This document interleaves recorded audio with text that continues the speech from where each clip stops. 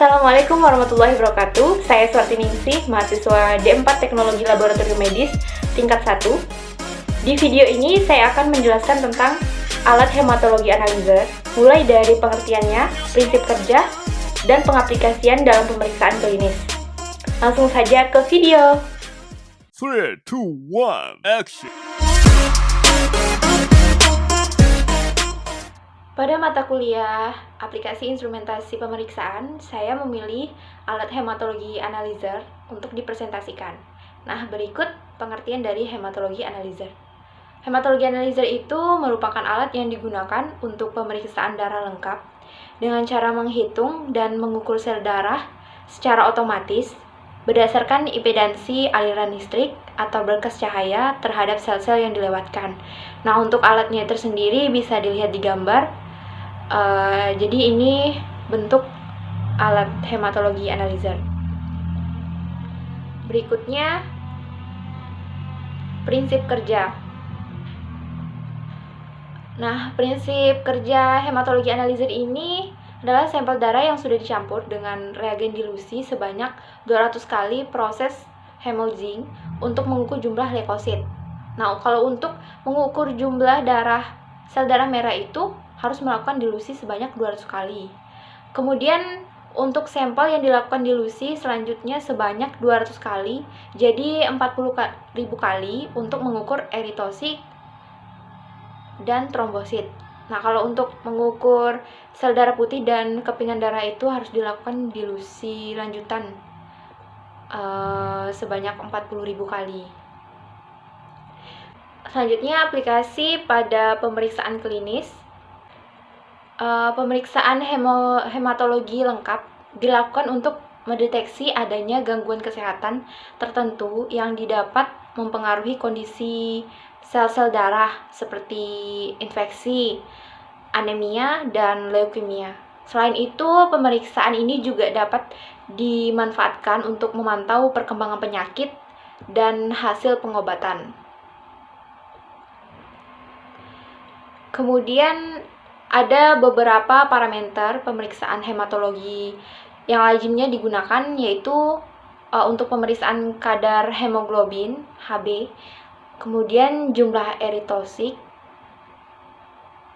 setelah itu jumlah leukosit, trombosit, nilai hematokrit, laju endap darah atau LED.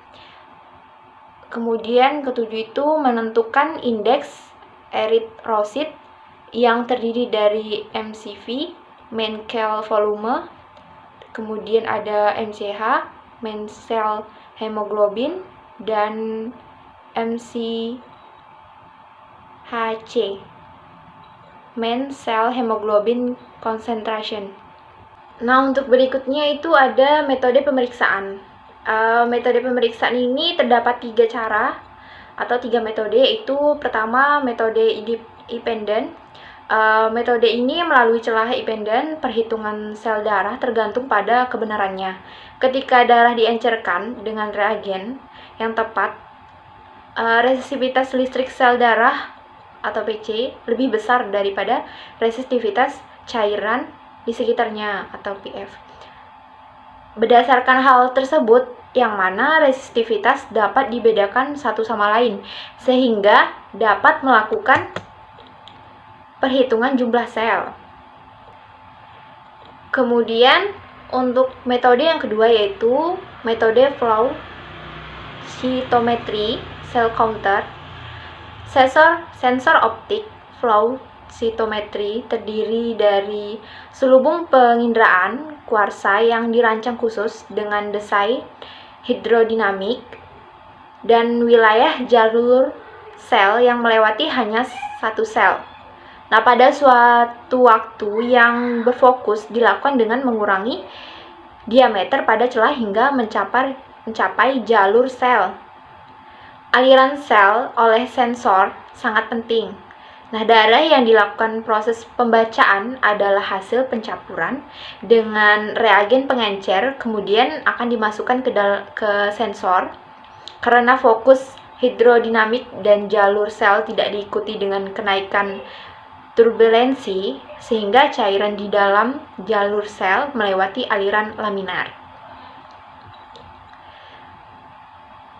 Kemudian untuk yang ketiga itu ada metode fluorescent cytometry, yaitu penambahan reagen neon untuk memperluas penggunaan aliran sitometri untuk mengukur populasi sel tertentu. Nah, pewarna fluorescent ini mengungkapkan rasio inti plasma setiap sel bernoda. Hal ini berguna untuk analisis trombosit, sel darah merah, brinti, dan retikulosit. Nah, hanya itu yang bisa saya sampaikan. Untuk kurang lebihnya lagi, mungkin Anda bisa searching lagi untuk lebih jelasnya atau bertanya langsung ke dosen Anda. Saya akhiri. Wassalamualaikum warahmatullahi wabarakatuh.